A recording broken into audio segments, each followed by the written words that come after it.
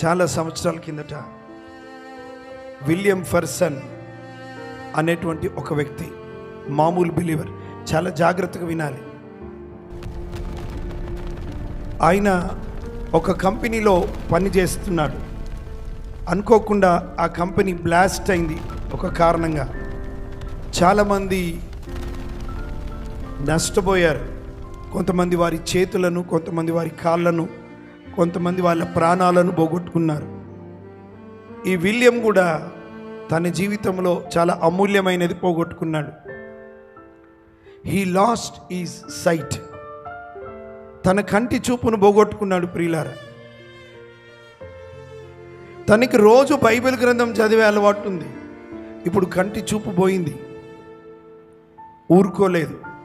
అందుల కొరకు ఉండే బైబిల్ గ్రంథాన్ని తెప్పించుకున్నాడు. చూపు లేదు కనుక ఈ వేళ్ళతో అలా స్పర్శిస్తూ చదవడం మొదలుపెట్టాడు. అప్పటికే తన చేతులు డ్యామేజ్ అయిపోయాయి. స్పర్శ కోల్పోయింది. అర్థం అవ్వట్లేదు. అయినా ఊరుకోలేదు విలియం.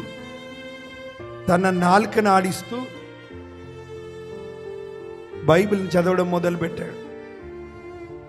కొన్ని నెలల్లోనే నాలుక కూడా స్పర్శ పోయింది, కోల్పోయింది. అయినా ఊరుకోలేదు. పెదవులను ముద్దాడుతున్నట్టుగా